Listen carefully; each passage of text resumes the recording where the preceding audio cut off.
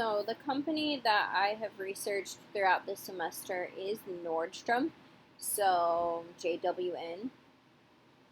And as I go through, I want you all to know that I am standing with the idea of holding on to the Nordstrom stock at this time. So the reason I believe that we should hold to the stock right now is partially because of the environment that's going on and also because of the following graphs that I'm about to show you.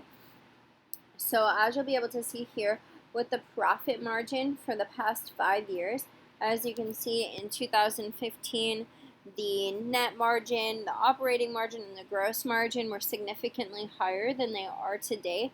But also I think it's important to note that right now these points are not the lowest that Nordstrom has been at, and that I really think that as you can see the trends kind of going up and down here, that there is an opportunity for the stock to keep going up. So as you'll notice here in earnings per share, you'll notice that in the first quarter of 2020, the quarterly growth has decreased, whereas in the past year, in 2019, there were different times where the growth did increase. But I think that does show, as you look at the past 5 years, that in the next 2 or 3 quarters, I really think that their earnings per share will increase. Next, as we look at return on equity, again, you'll see this trend back in 2015 where return on equity was around 35, or about 30, and then it increased and it continues to increase, and then in the past 2 years or so it has decreased, but it's also come back up again.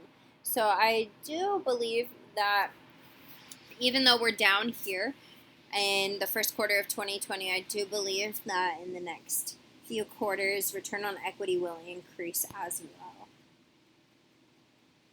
Now, the competition that Nordstrom faces is Macy's and Kohl's. So I just did a quick summary right here as to my findings in regards to Macy's and Kohl's. So Nordstrom, keep in mind that the gross margin for Nordstrom has decreased over time, and Macy's has the highest gross margin where Kohl's has the lowest gross margin. So based on gross margin, Nordstrom falls right in between Macy's and Kohl's.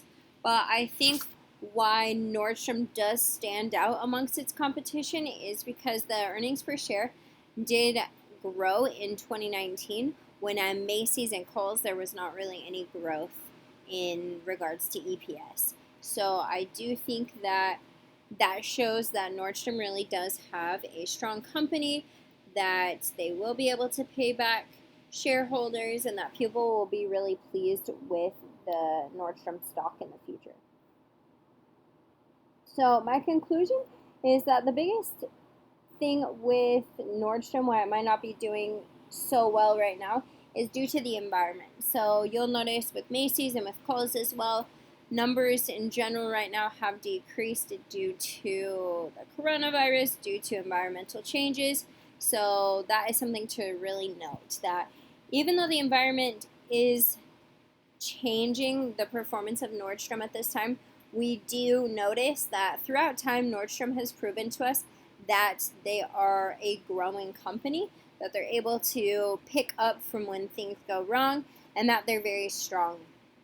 And that they recognize when maybe marketing campaigns don't do as well. They notice when things don't connect well with their customers, and they are strong enough to make those changes. So I do feel really confident in holding the stock right now, because in the future I do believe it will go up, and then at that time stockholders can sell